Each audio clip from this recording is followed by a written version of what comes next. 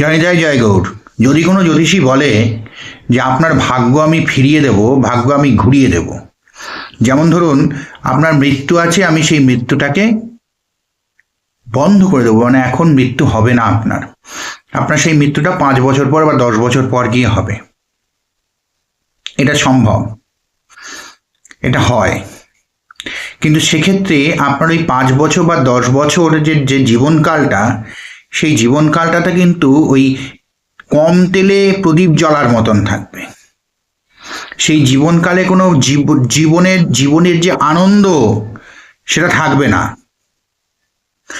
আপনি ধরুন জ্যোতিষীর কাছে গিয়েছিলেন যে সময়, সে সময় আপনাকে জ্যোতিষী বলল আপনার কোনো একটা ফাঁড়া আছে, আপনার কোনো একটা মৃত্যু যোগ আছে, সেই মৃত্যু যোগ থেকে আমি আপনাকে বাঁচিয়ে দেব, আপনাকে আমি ফিরিয়ে আনবো, এবং সেই মৃত্যু যোগটা 5 মাসের মধ্যে, 6 মাসের মধ্যে, 10 মাসের মধ্যে আছে। এই 10 মাসের সময়কালে আপনার যা যা ভোগ ছিল, সেটা দুঃখ হতে পারে, আনন্দ হতে পারে, সুখ হতে পারে, অর্থ হতে পারে, সেই সব ভোগটা আপনি আরো ধরুন 5 বছর বাঁচলেন, সেই 5 বছরের মধ্যে স্প্রেড হবে। অর্থাৎ আপনি যদি এই 10 মাসে যদি সাপোজ 10 লাখ টাকা যদি রোজগার করতেন, তাহলে সেই 10 লাখ টাকাই আপনি বাকি 5 বছর বেঁচে 5 বছরে রোজগার করবেন। ঠিক এইভাবেই সুখ দুঃখটা একটা পরিমিতি থাকে, সেই পরিমিতির মধ্যে সবাই পায়। অর্থাৎ সারা জীবনে আপনি এত টাকা রোজগার করবেন, সারা জীবনে আপনি এইটুকু দুঃখ পাবেন, এইটুকু আনন্দ পাবেন, এইটুকু প্রেম পাবেন, এইটুকু শত্রুতা পাবেন, এই সব কিন্তু হিসেব করা। সুতরাং আপনি যদি টাইম স্প্যানটা যদি বাড়ানো যায়, মৃত্যুকে আটকানো যায় না, মৃত্যুটাকে পিছিয়ে দেওয়া যায়। যেটুকু পিছলেন সেটুকু সারা জীবনে যেটুকু আর প্রাপ্তি বাকি ছিল, সেটা ওই যদি 6 মাস বাঁচতেন, তাহলে 6 মাসেরটা 5 বছর যদি এক্সট্রা যদি বাঁচেন, তাহলে 5 বছরের মধ্যে ভাগ হবে।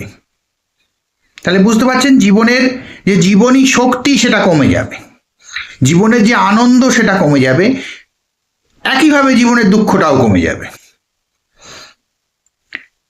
এইবার ধরুন কেউ বলল যে আপনার ভাগ্যে বিয়ে নেই, আমি বিয়ে করিয়ে দেব, অসম্ভব, সে মিথ্যা কথা বলছে। আপনার ভাগ্যে সন্তান সুখ নেই, আমি আপনাকে সন্তান সুখ করিয়ে দেব, অসম্ভব, সে মিথ্যা কথা বলছে। তাহলে এবার দেখুন অনেকে এরকম আছেন এখানে, যারা শুনছেন হয়তো তাদের মধ্যেও আছেন, বা চেনা জানার মধ্যে তাদের আছেন, যারা জ্যোতিষীর কাছে যাওয়ার পর তাদের সন্তান লাভ হয়েছে, বা কোনো একটা ক্রিয়া তিনি করতে বলেছেন, সেই ক্রিয়া করার পর তাদের সন্তান লাভ হয়েছে বা বিবাহ হয়েছে। এটার কারণ কি? এটা দেখুন, জ্যোতিষী জিনিসটা না একটা ওপরওয়ালার কৃপা নিয়ে তারা আসে। তারা হচ্ছে একটা কানেক্টার টাইপের। তারা কিছু কিছু কাজ, ধরুন আমার ভাগ্যে বিয়েটা আছে, কিন্তু সেই বিয়েটা কোনো একটা কানেক্টারের মাধ্যমে হবে। সেই কানেক্টারটা হচ্ছে একটা পার্টিকুলার জ্যোতিষী, ধরুন শ্যামবাবু সেই জ্যোতিষী, সেই শ্যামবাবু জ্যোতিষীর কাছে গেলেই আমার হবে, এবং ভাগ্য আমাকে সেই শ্যামবাবু জ্যোতিষীর কাছে নিয়ে যাবে, এবং শ্যামবাবু জ্যোতিষী একটা ক্রিয়া দেবেন, সেই ক্রিয়ার মাধ্যমে আমার সেই কাজটা হবে, বা কোনো একটা আংটি দেবেন, কোনো একটা পাথর দেবেন, কোনো একটা কবচ দেবেন, তার মাধ্যমে এটা হবে। সুতরাং জ্যোতিষী হচ্ছে পৃথিবীতে সবচেয়ে বেশি কৃপাধন্য, মনে রাখবেন। এরা অ্যাকচুয়ালি কিছুই করে না, নাথিং, শুধুমাত্র এরা ওই কানেক্টারের কাজটা করে।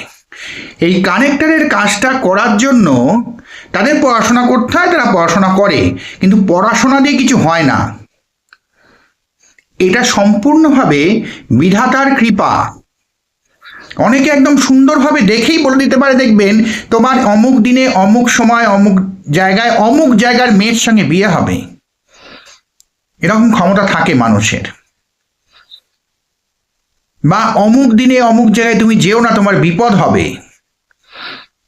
তার জন্য এর কোনো বই হয় না, পড়ে বলা যায় না, এটা ওই বিধাতার কৃপাতে হয়, এটা কৃপাধন্য তারা। সেই কৃপাটা হচ্ছে এটাই যে সে কানেক্টারের কাজটা করবে। কিন্তু ধরুন সত্যি সত্যি কারোর ভাগ্যে বিয়ে নেই, তাহলে সে বিয়ে করাতে পারবে না।